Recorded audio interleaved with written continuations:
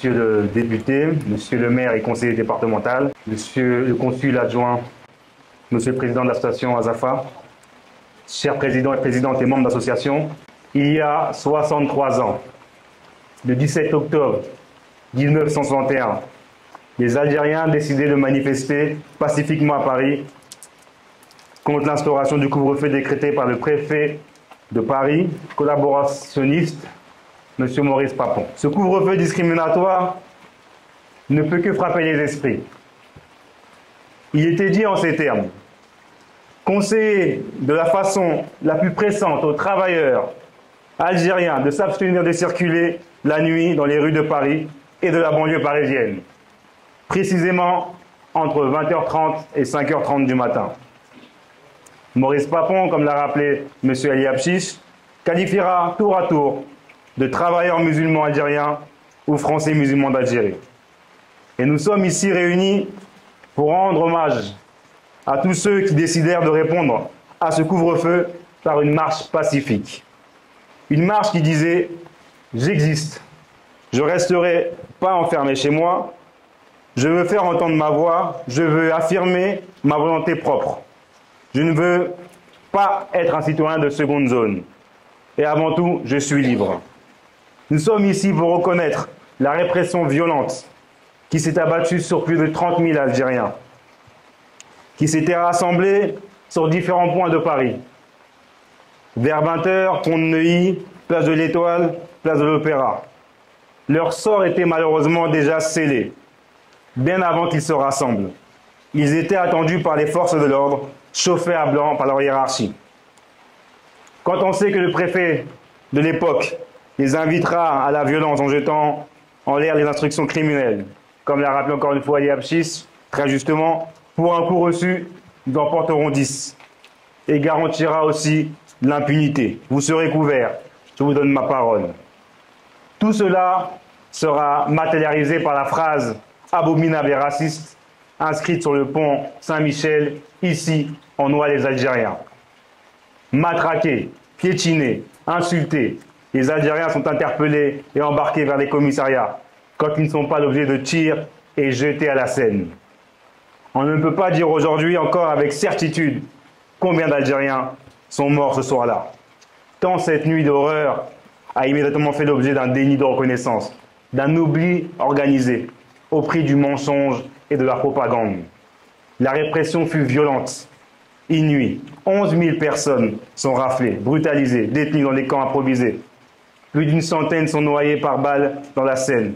Pourtant, le lendemain, les rapports officiels nous parlent de 2 ou de 3 morts. Il faudra attendre les années 80 pour que ce drame soit évoqué publiquement. Il faut saluer le travail d'un Valdoisien, un travail d'acharnement. L'historien Jean-Luc Emedi était un Gargeois. Il a publié l'ouvrage « Bataille de Paris » en 1991.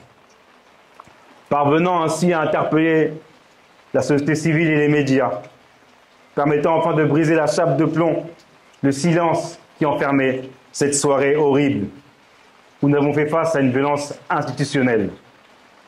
Un homme responsable de cela, Maurice Papon, qui a marqué l'histoire de France par le sceau de l'infamie, du régime de Vichy au 17 octobre 61. Le 17 octobre est un crime d'État qui fut récompensé à ses auteurs.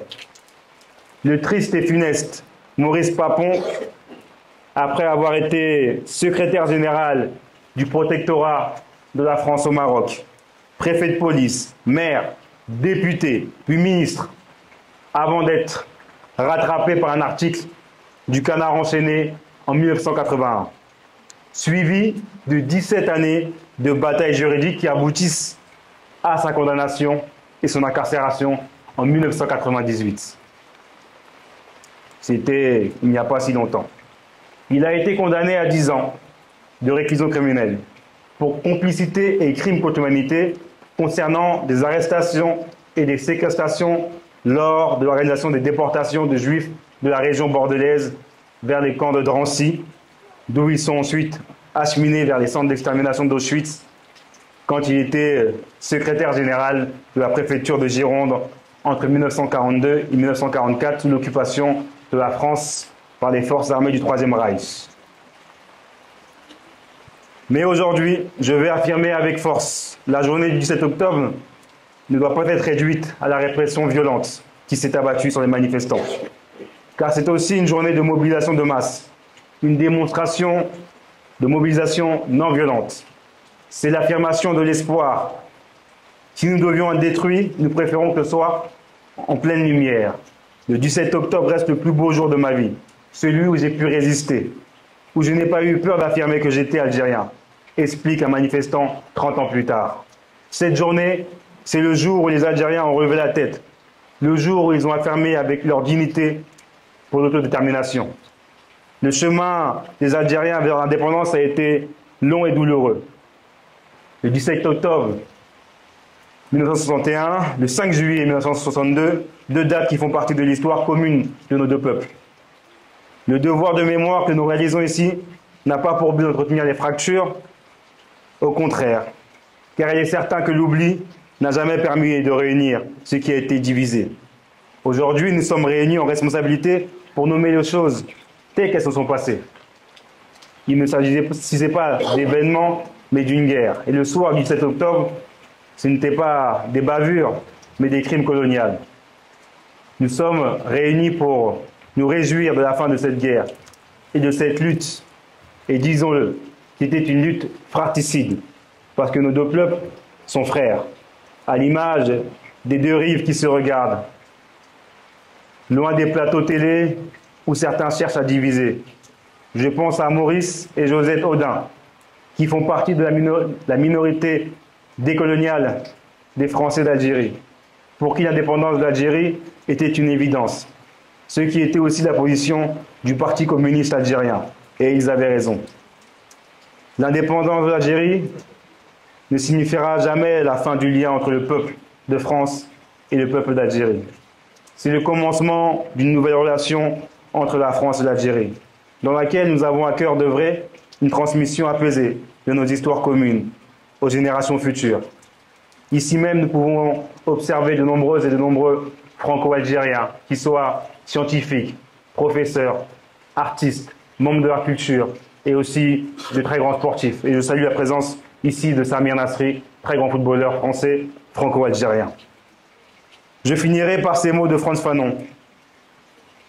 Nous ne sommes rien sur terre si nous ne sommes pas d'abord l'esclave d'une cause, celle des peuples, celle de la justice, celle de la liberté. Je vous remercie.